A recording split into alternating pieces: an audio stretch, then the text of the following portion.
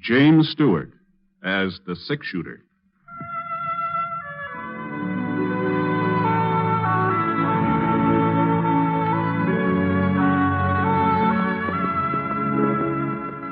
The man in the saddle is angular and long-legged. His skin is sun-dyed brown. The gun in his holster is gray steel and rainbow mother of pearl, its handle unmarked. People call them both the six-shooter.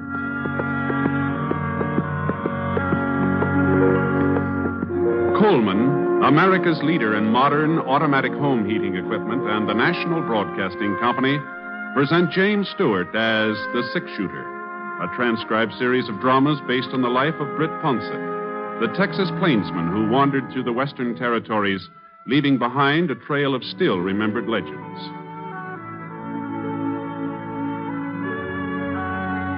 Now, in just a moment, immediately following this important announcement, you will hear Act One of The Six-Shooter. Last year, thousands of Americans who tried to get away with carelessness on the highways were killed or permanently injured in traffic accidents. And remember, accidents don't always happen to the other fellow.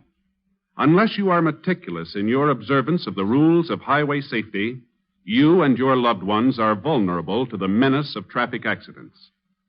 Every motorist should take an active role in supporting the safety movement in his or her community. Encourage driver training in your high schools. Teach your children the rules of safety on the highway. Remember, the life you save may be your own. Now, Act One of The Six-Shooter, starring James Stewart.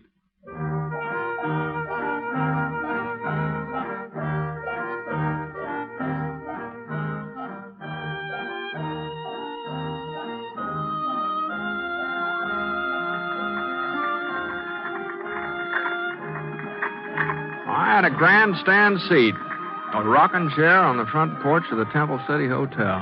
Not that there was much to watch. A couple of women looking at the bonnets in the windows of Bradley's Mercantile, and some kids playing mummy peg over in the alley next to the bank, and the checker game in the shadow of a big elm across the street. But it was a couple of days before I was due to pick up some cattle in Atterbury for Mrs. Pritchard, and, well, Temple City seemed as good a place as any to stop over. I was considering taking a little nap when I saw Will. At least that's who I thought it was. He was coming out of the general store carrying a box of groceries. I couldn't be sure, though, because just as he started to climb into a wagon, another man rode up alongside and shut off my view. Well, look who's in town. You doing the marketing, Will?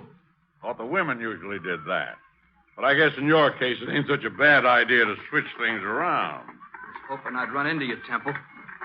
2 of my cows have been killed this week.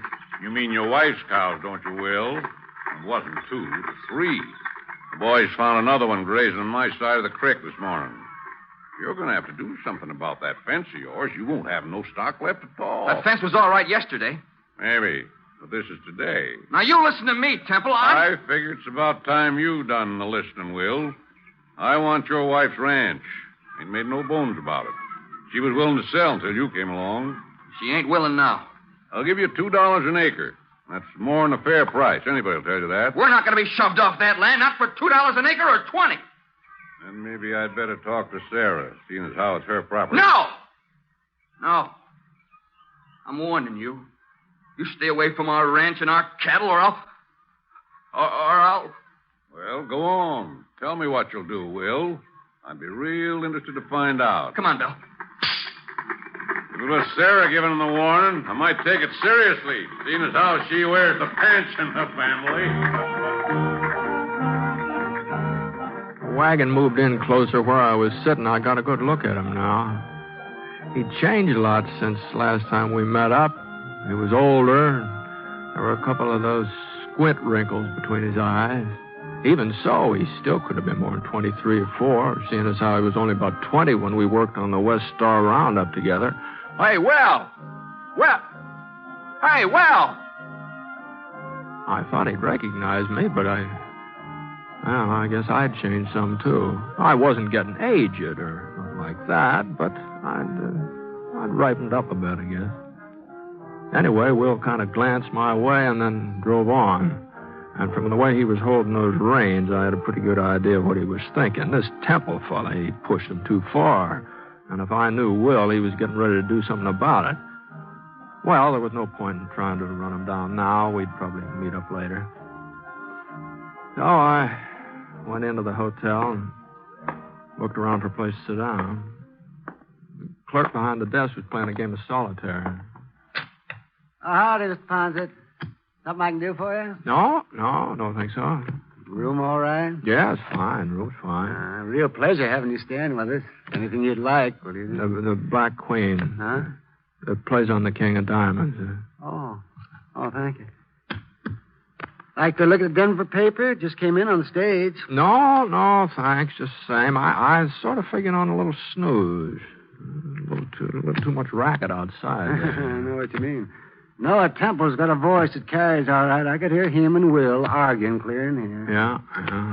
Don't amount to nothing now, Mr. Ponset. They've been squaring off like that ever since Will moved to town, married Sarah Blake. Oh? Oh, looks like I'm stuck. Good thing I'm not playing at the gambling hall. I'd be out $50. You see, Noah's got the idea of buying Sarah's ranch, and there ain't going to be no stopping him till he buys it. Will he need her land for any reason? Sure thinks he does. Now, if I can just get me the ace of spades. 40 years ago, Noah's grandfather started this town. He owned all the acreage between the foothills and the creek out south. Old Temple City was named for him, as a matter of fact. Is that so? But the old man's son, Fred, well, he wasn't much good. First thing you know, he'd sold off nearly everything his dad had left him. When Noah took over, he swore he'd get all the Temple property back again. Guess it sort of stuck in his craw that Temple's wasn't the biggest outfit in the valley no more.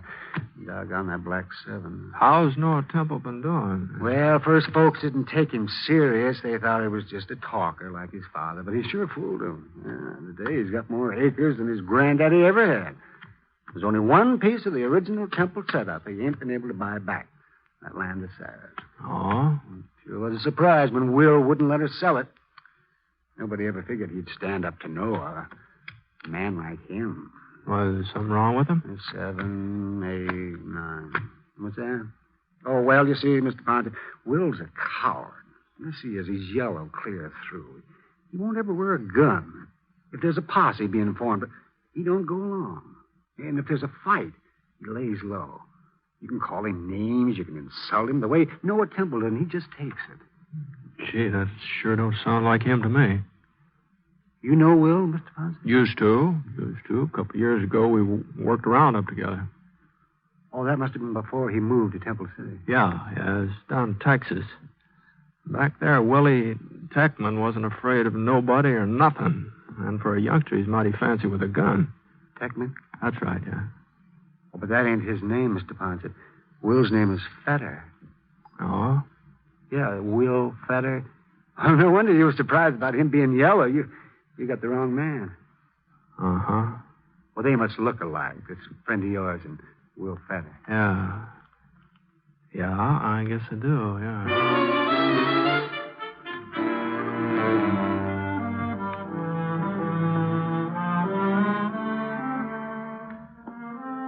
I went upstairs to my room, started to pull my boots off. You know, it's funny. I hadn't been doing anything but sit all day, and my feet hurt worse than I'd been walking 20 miles. Oh. There.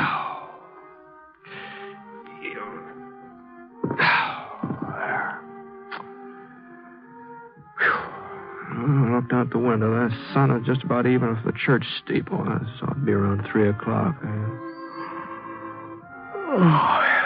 I had a couple hours for supper, so I let myself down in a bed.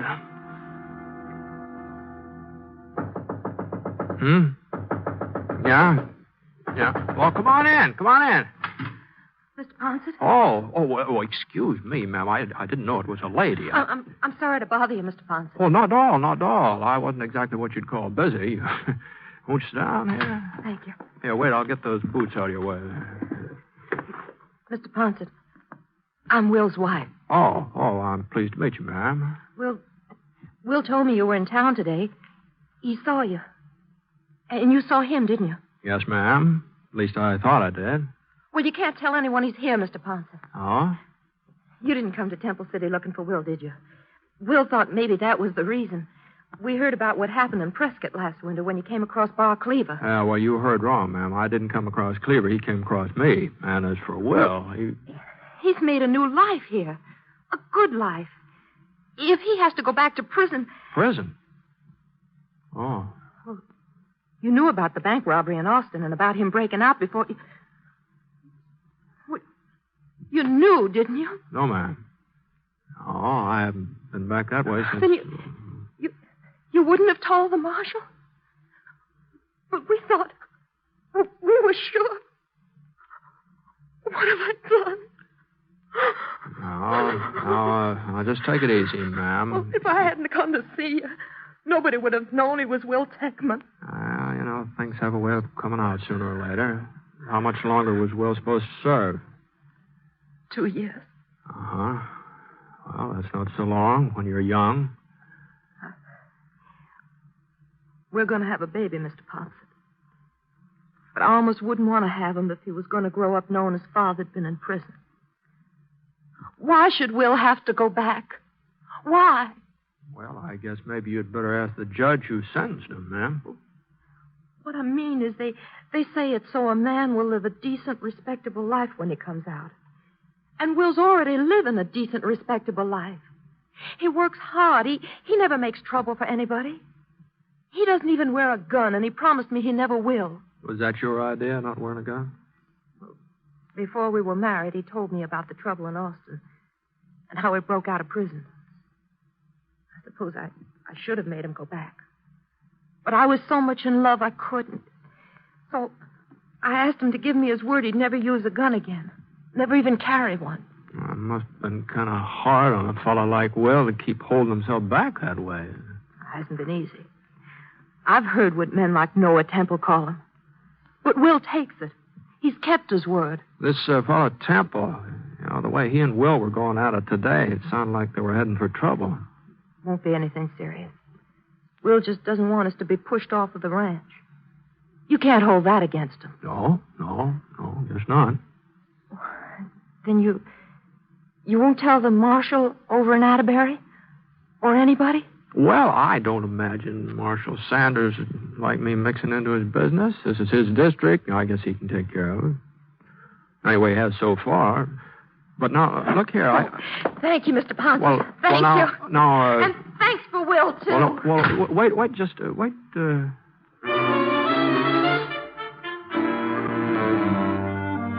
after all, most of what she said was true. Sending Will back to prison might do more harm than good. And it wasn't up to me to sit judgment on him. I was going to be leaving town a day or so anyway, and if anything happened after that, it wouldn't be my concern. So, of course, a man does have certain duties even if he's not wearing a badge. A man who spots a wanted criminal, he's supposed to report it. And I always had before.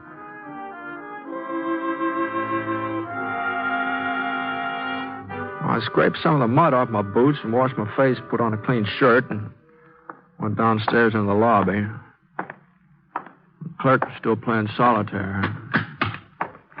Just beat myself again, Mr. Ponset. I was playing in the gambling hall. I'd be ahead about $140. It's pretty good for one afternoon, ain't it? Yeah, real good.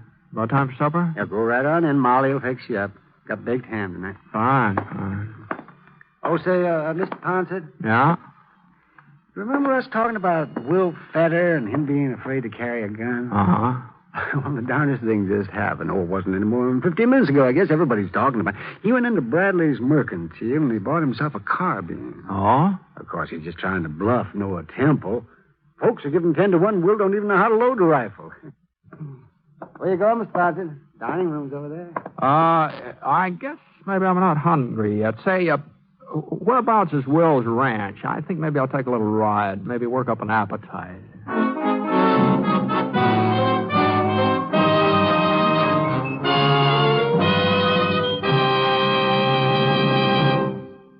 We'll return to James Stewart as the six-shooter in a moment. First, a word from Coleman, America's leader in modern automatic home heating equipment.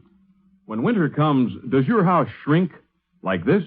Well, I guess it's time to close off that back room. There's just no way to heat it. Don't deprive yourself of valuable living space. Get a Coleman automatic heater and enjoy new warmth in the hardest-to-heat room. Get your Coleman oil or gas heater now during Coleman's big bonus sale. You'll get 3 bonuses. A new low price. Yes, now you can get a dependable Coleman oil or gas heater at a new low price. A new low operating cost. Coleman saves you up to 25% on heating bills because Coleman gives you maximum heat from your fuel. And a 32-piece set of Libby Safe Edge glassware worth $14. It's free with your new Coleman heater. Get 3 big bonuses during Coleman's big bonus sale. The sale is for a limited time only, so see your Coleman dealer tomorrow. Look for his name in your telephone directory. Remember, comfort costs so little with a Coleman.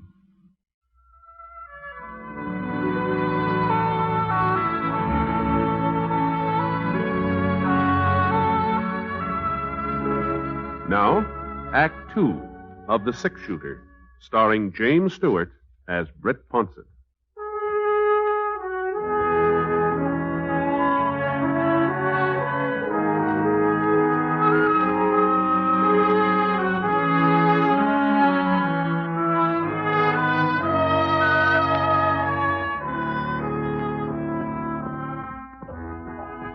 The Fetter Ranch was about 2 miles south of town. And from the outside, looked neat and comfortable. It was all kept up. The ground stretching out behind it was good grazing land. Oh, it was worth at least $5 an acre, maybe more. I tied Scar to a cottonwood in the yard and walked up to the door.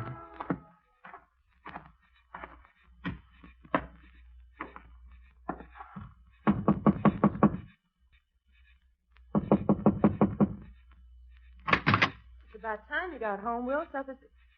Oh, Mr. Ponsett. Evening, ma'am. Come on in. Will's not here? No, he was gone when I came back. He must be out tending the stock.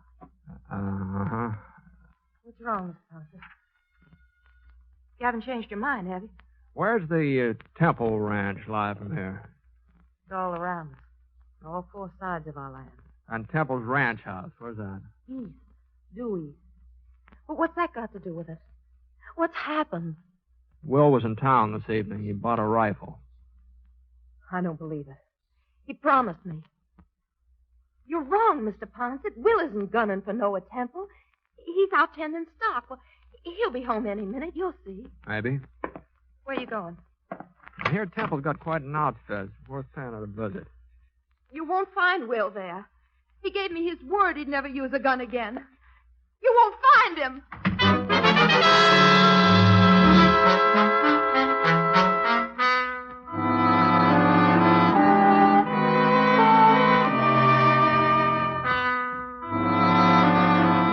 I headed due east for about a quarter of a mile, and when I came to the edge of Will's property, I saw a sorrel tethered to a fence post. Looked like Will had decided to go the rest of the way on foot, so I climbed out of the saddle and looked around. There was a big break in the fence, but the cattle hadn't made it. That barbed wire had been cut. And there were 4 heifers and a couple of steers lying just over the Temple boundary. Well, there just wasn't much question about it. They'd been shot. So I crawled through the opening and went right past a big sign that said, Temple Ranch, trespassers will be shot. I found some footprints. I figured they were Will's.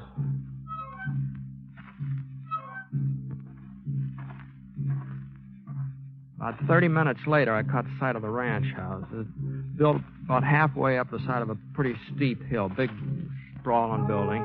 There was a light inside, and I could just barely make out Noah sitting at a desk working on some papers. But where was Will? He had plenty of time to get here.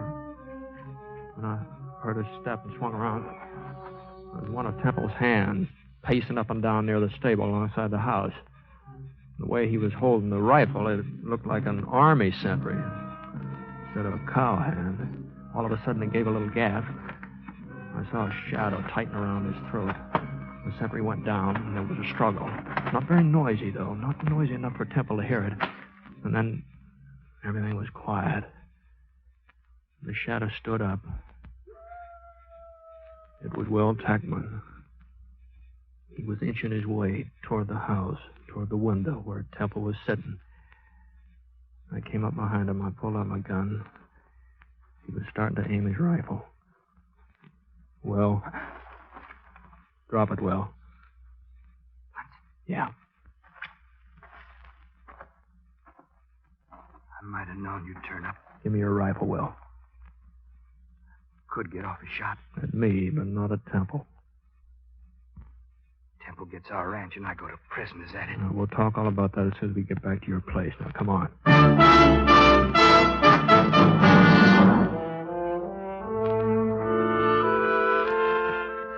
I carried Will's rifle and led the way. About 20 minutes later, we passed another one of Temple's guards. He was dozing, didn't notice it. Still had a couple of miles to go before we'd reach the fence where we'd left the horses. Will was sort of panting for breath. All right, let's rest a minute. Okay. I thought you promised your wife you'd never take up a gum again, Will. Mr. Ponce, you see them dead heifers over by the fence? Yeah? Had about wipes I heard of. When I found them, I had to do something.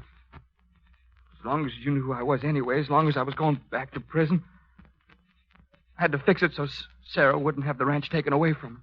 No, you wouldn't think a piece of land would be worth everybody getting so excited about. I've been shoved around, Britt. Ever since I was a kid, I've been shoved around. Even when I held up the Austin Bank, I wasn't the one who... The one who what? Nothing. Since I married Sarah, well, I've had to take a lot that other men wouldn't put up with because of her and because of her knowing what I was. This thing with Temple got under my skin. I made up my mind to stand up to him. A man's got to take a stand sometime, somewhere. Oh, I'm sorry, Will, but... Hey, what's that? Get down, Will. Yep. We've got you dead to rights, fella. Trespassing. I ain't alone, Temple. Britt Ponce's with me. Ponce? That's right, Temple. I might have known fella wouldn't come alone. Well, I guess 4 of us can take care of 2 of you. He won't be much use to you, Ponce. Not enough fight. Okay, boys, move in. I could see one of his boys firing from behind a tree behind him. So I aimed at his arm. And the bullet hit him on the shoulder, and he lurched forward. That meant only 3 of them now, but they were closer. Will still didn't say anything. He was waiting for me to make the next move. I tossed him the rifle. Thanks, Britt. He got to his knees and started across a little clearing. He was still all right when he died behind a boulder. I knew where he was heading, too. Noah Temple had been shooting from behind a clump of pines about 50 yards back. For a couple of minutes, I didn't get a chance to watch him. Temple's 2 guards were on either side of me now. Oh, one of them was more than 8-10 feet away. I saw the barrel of his carbine rise up from behind the bush. There's only 1 guard left. About that time, it seemed like he'd had enough. Anyway, I moved across the clearing toward the pine trees where Will had disappeared. Pulled up behind a rock. Now, there was Noah Temple. He crouched down low, his gun ready. A little bit of movement in the brush caught my eye. It was Will. He was right behind Temple. And Temple didn't know it. He was looking my way. Will had a perfect shot. I saw Will's finger curl around the trigger. But Will didn't fire. I couldn't figure out what had gotten into him. He didn't fire. And then he threw his rifle to one side and let out a yell. Temple! Temple turned and got off a shot. Well, he was surprised he couldn't do much aiming. And then Will was on top of him, twisting the gun out of his hands. And after that, I saw a fight the like of which I'd never seen before in my life. There, Will hit Temple across the face, and he went over backwards. And then Temple kicked, and his foot lifted Will right off the ground. But before Temple could pick himself up, Will was right on top of him again. And Temple tried to reach for his gun, and Will brought his boot right down on Temple's hand. Temple quit reaching. And then Will backed away and let Temple up again. And as soon as Temple was steady again, Will drove his fist right into Temple's stomach. And Temple's hand flew apart, and he was wide open. Will hit him again, and hit him again, and again. And finally, Temple managed to send his fist into Will's face, and Will looked like maybe he was going to go down, but he still had a fight left to land a right that snapped Temple's head right back. And it was Temple that toppled over, and then I knew he wasn't going to get up again, not for quite a while.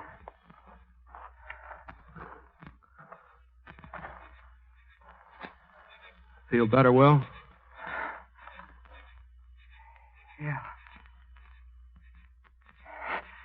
Yeah, lots better.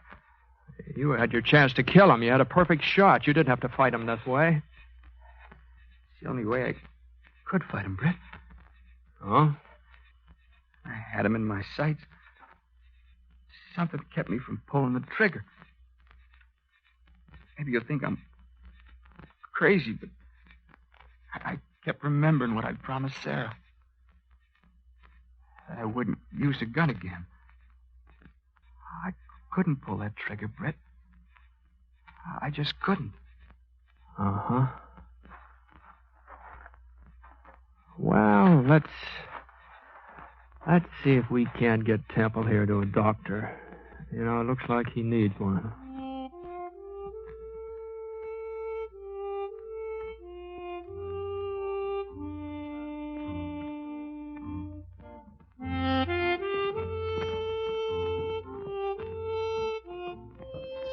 We left Noel with the doc in Temple City, and I started off for Atterbury. I've made up my mind to tell the marshal about Will, all about him. Sarah and Will, they agreed. They think I should, too. But then again, the way I see it right now, the state of Texas is looking for a gun-toting bank robber named Will Techman, and I just don't think Marshal Sanders would be very much interested in a law-abiding rancher who's called Will Fetter.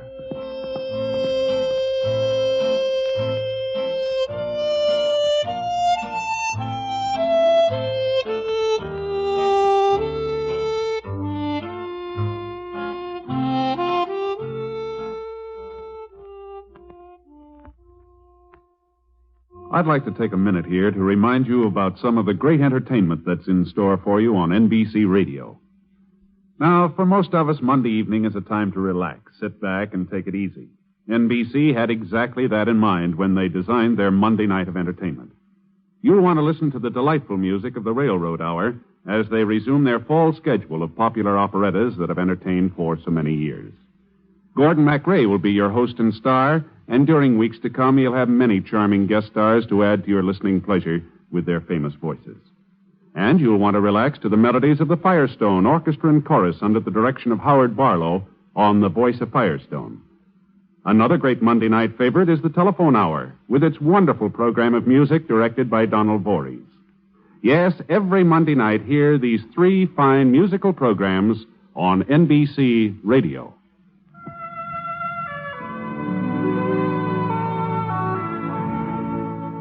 Coleman, America's leader in modern automatic home heating equipment, and the National Broadcasting Company have presented James Stewart as the Six-Shooter. Mr. Stewart may currently be seen in the Universal International picture Thunder Bay. Others in the cast were Michael Ann Barrett, Herb Ellis, Howard McNear, and Will Wright. The Six-Shooter is an NBC Radio Network production in association with Review Productions, and it is based on a character created by Frank Burt. And today's transcribed story was written by him. Special music was by Basil Aslam, and the entire production is under the direction of Jack Johnstone. All characters and incidents were fictitious, and any resemblance to actual characters or incidents is purely coincidental. Hal Gibney speaking.